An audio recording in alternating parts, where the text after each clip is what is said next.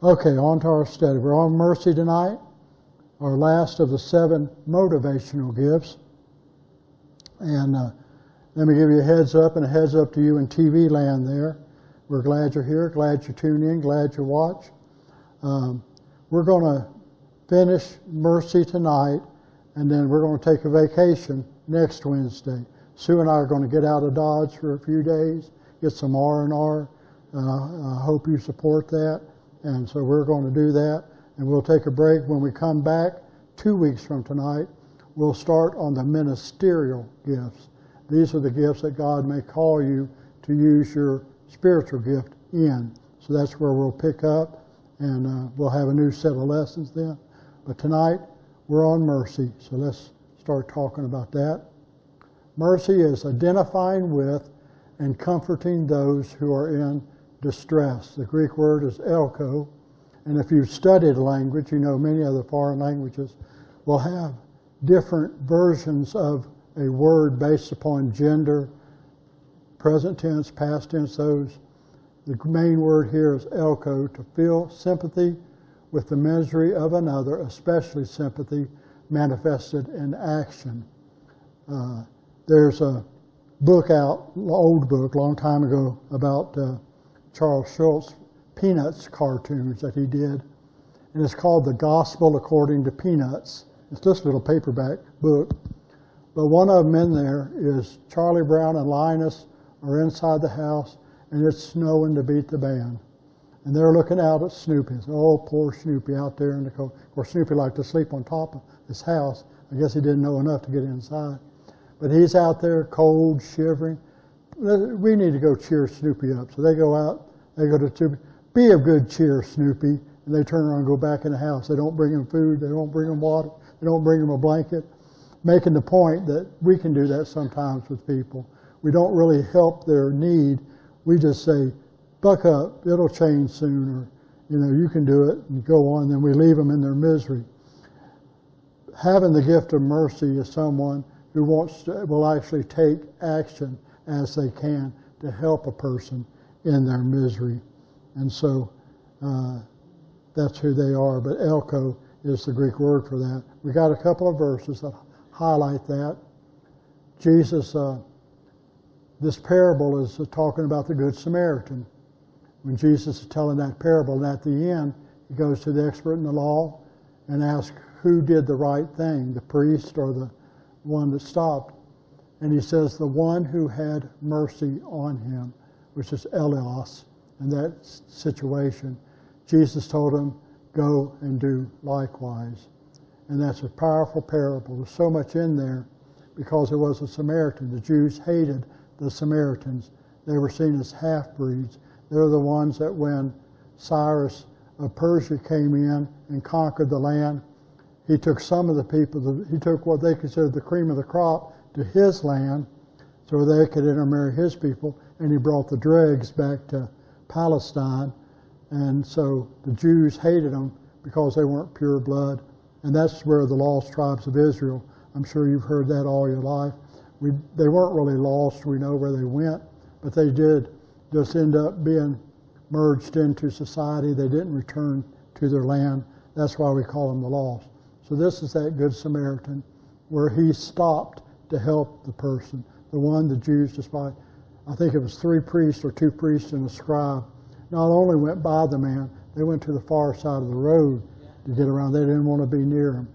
This man stopped, nursed his wounds, took him to an inn, paid for his coverage, for his room, for we don't know how long, took care of that. But he promised, I'll come back and I'll pay you. If that wasn't enough, I'll pay you the rest. Very generous spirit. And that's what Jesus said. Yes, he's the one that did right. And then he said, you go do the same thing. So then we get to the next one. Because judgment, from James 2:13, because judgment without mercy will be shown to anyone who has not been merciful. Mercy triumphs over justice. We need justice. It's right for us to judge right and wrong, and for wrong to be punished. But under extenuating circumstances, we need to extend mercy. And if a person is truly repentant, truly wanting to change, whatever criteria we feel there, they've shown a right spirit, then we can be merciful and forego the judgment. But Jesus says here, to the one who doesn't show mercy, they're not going to get mercy. So that's another reason to be merciful. We need Jesus to be merciful to us. So those are two uses for the word of mercy. In both cases, it's acting on that mercy, doing something for the people to help them. So now we get into the attributes of a person with mercy. Possesses the capacity to feel the atmosphere of joy and distress in an individual or a group. So they're very discerning people, sensitive people to know what the situation is. They sense that, and they have that feeling. They're attracted to and understand those in distress. There are some people that seek that out. They want to help people. They're sympathetic to them. They want to ease their pain. See a strong desire to remove hurt and restore healing in others. So they're not one that just says, be of good cheer and go on their way. They want to help what it takes, food, listening, binding up wounds, whatever it is, to help that person. So they take action. They may have a greater concern for mental distress than physical distress. And, that is important. And there was at one time I heard more about it than I do now, reminding people that depression and other things is a disease, just like you can have a cancer in your body. It's not anything that can help. There is a physiological reason for some of it. There's certainly a traumatic reason for some of the things people go through. And when we see people out there in life, and we don't know necessarily what they've gone through. And some of y'all have shared with me what our friend that walks around and comes in every so often, what her childhood was like. And it gives us understanding. It may still drive us crazy, but it does give us understanding, which helps us be a little more merciful, helps me be a little more merciful. But it does, we do need to think about that mental distress.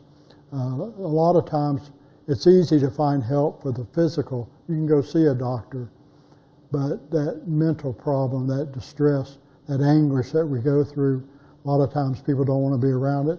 They just think, oh, you're just wallowing in self-pity. Well, sometimes people do, but there are some people that isn't the case. They need somebody to come alongside and help them up. And a person with the gift of mercy does that. They can avoid firmness unless they see clearly the benefit. So, sometimes we see what's going on in a person's life. They need to change. They need to take some definite steps.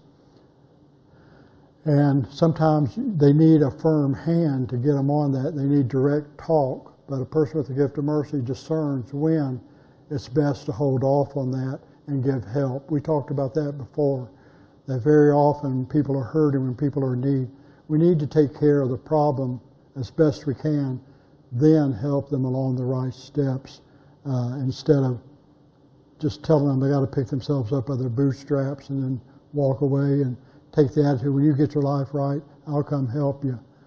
They need help now. A person with the gift of mercy really is sensitive to that.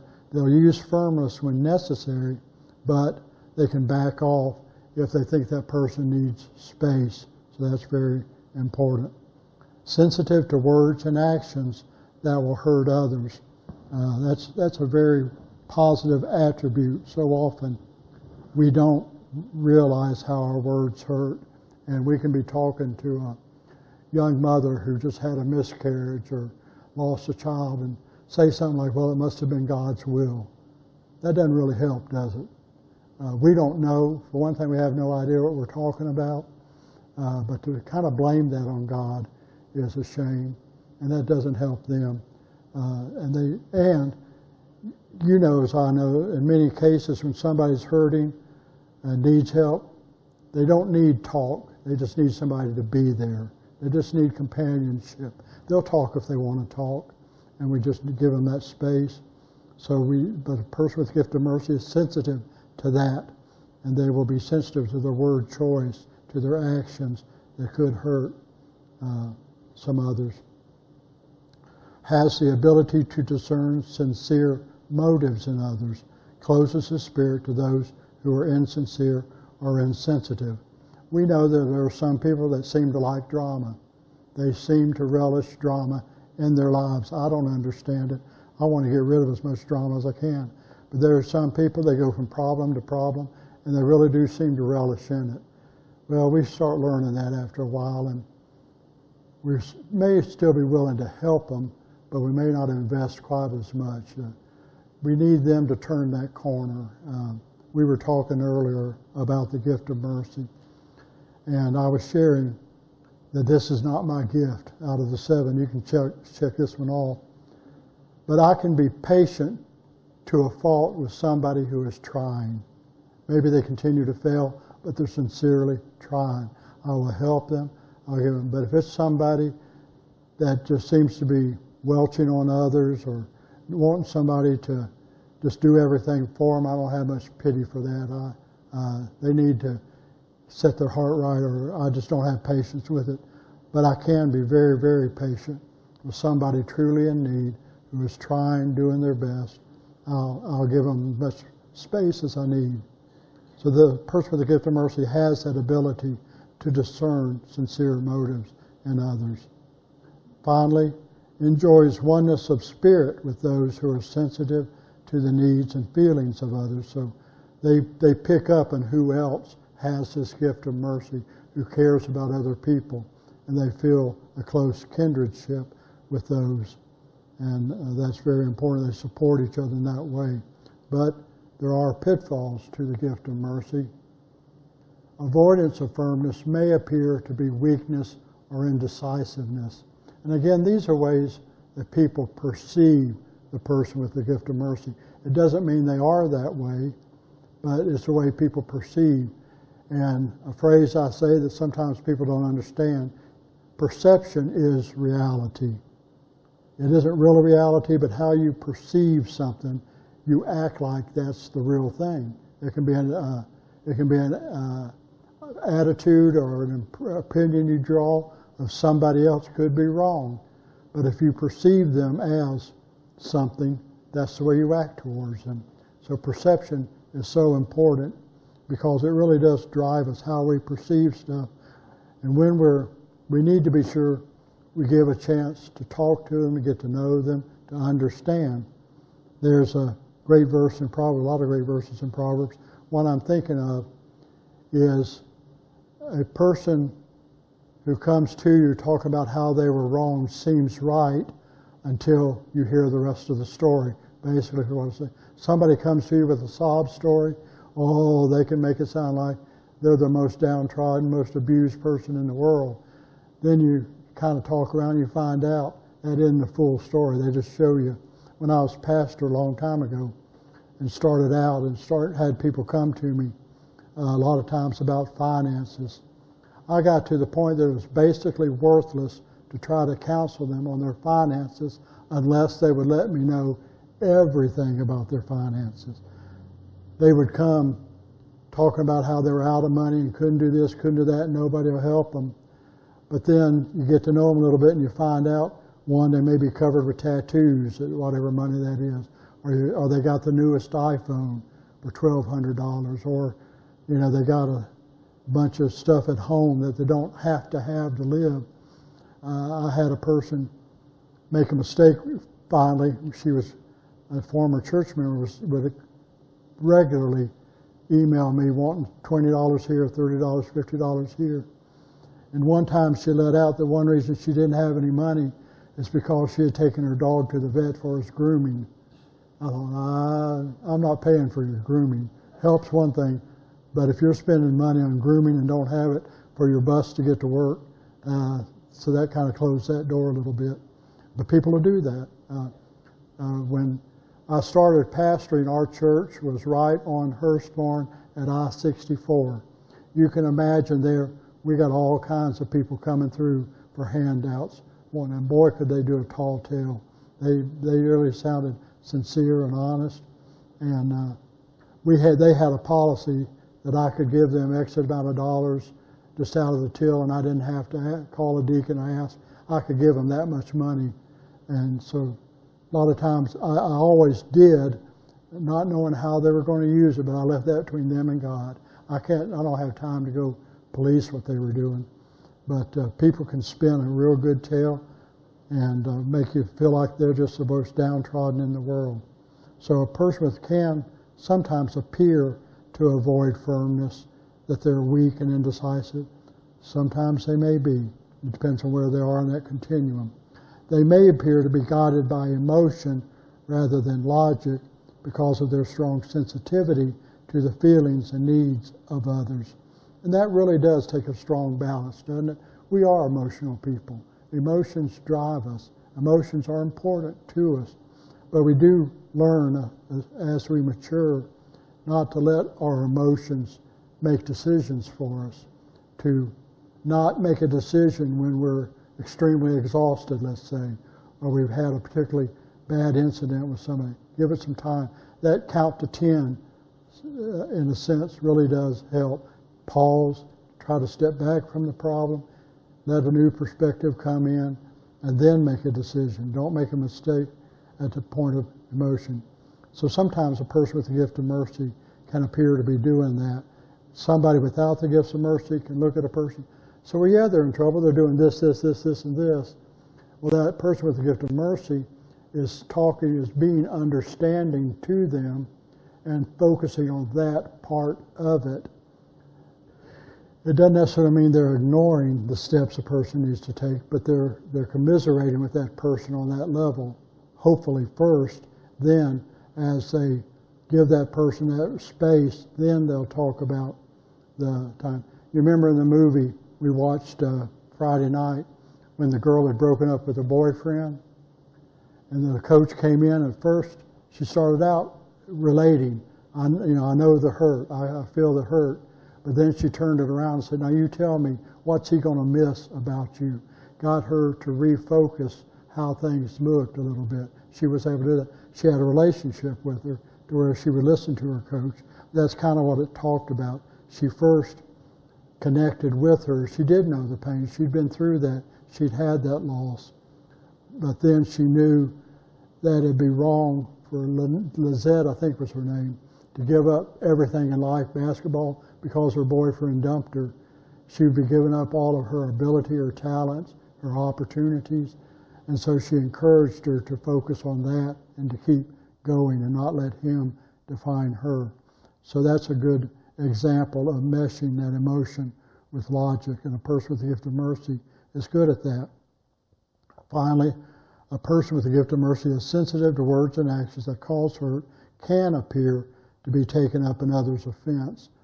If three of you are sitting around a person with the gift of mercy and you're coming across and you're the one who's saying, well, you just need to get out and do so-and-so, and not really connecting to a problem, the person with the gift of mercy may call you down or may stand up for the person because they're focusing on that your actions are actually going to hurt the person. It's the wrong timing. Timing is so important of when we say something. I made a man in my church years ago really upset. He came on a Sunday morning. This was a retired person, didn't have a job.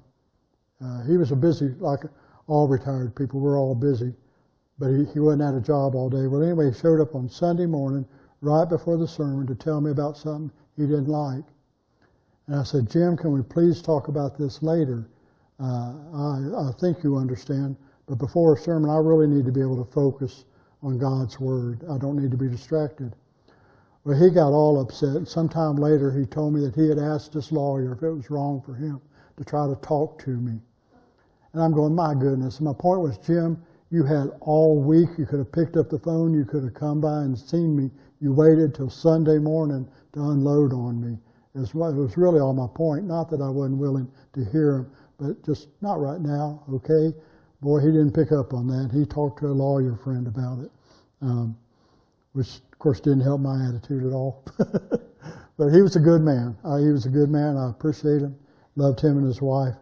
But that's all I was asking. Don't hit me with stuff right before. And that's why, again, on Sunday morning, sometimes I see our little friend coming around. I got to go out the other door. She can set me off to where I can hardly preach if I listen to her. And y'all all know. And I do love her as a sister. I want to help her. I want to be sensitive to her, but at the right time. And Sunday morning is not the right time to hit me with stuff. So those are things about mercy. We need mercy. We need so much people. In other words, and also that verse in James, that the Bible teaches mercy, having mercy, that it's more important than the law. And I think that's what we see with Jesus with the woman caught in adultery. By law, those men were right. And Jesus knew the law. The law said that she should be stoned for having committed adultery. But Jesus preferred mercy over judgment. And that's what it's talking about there. We can't always be that way. People need judgment at the right time. But having that discernment to know when. And in her case, for everything we know, she turned her life around, became a follower of Jesus. She was one of the Marys at the cross, and that was with Jesus. So she did show that she received what he had done for her. But again, technically, Jesus should have said, pick up the stone and stone her. But he showed mercy and compassion. Rather, to me, that's one of the greatest verses in the Bible. Neither do I condemn you. Now go and sin no more. Just in that, Jesus encapsulated everything. He wasn't condemning, but he wasn't condoning. Okay, that'd be a good sermon title. Don't condemn, don't condone. And Jesus did that. He showed mercy towards her, but he did tell her, don't do that. And she changed her life for everything we know about her. So that gets to be a person with the gift of mercy. Now, here's some of the questions for you.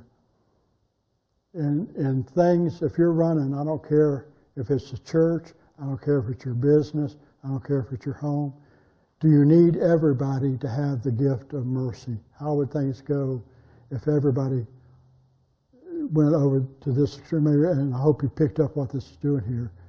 Because if you have a crowd full of people that have the gift of mercy, it may not ever address the problem. They're always just building people up.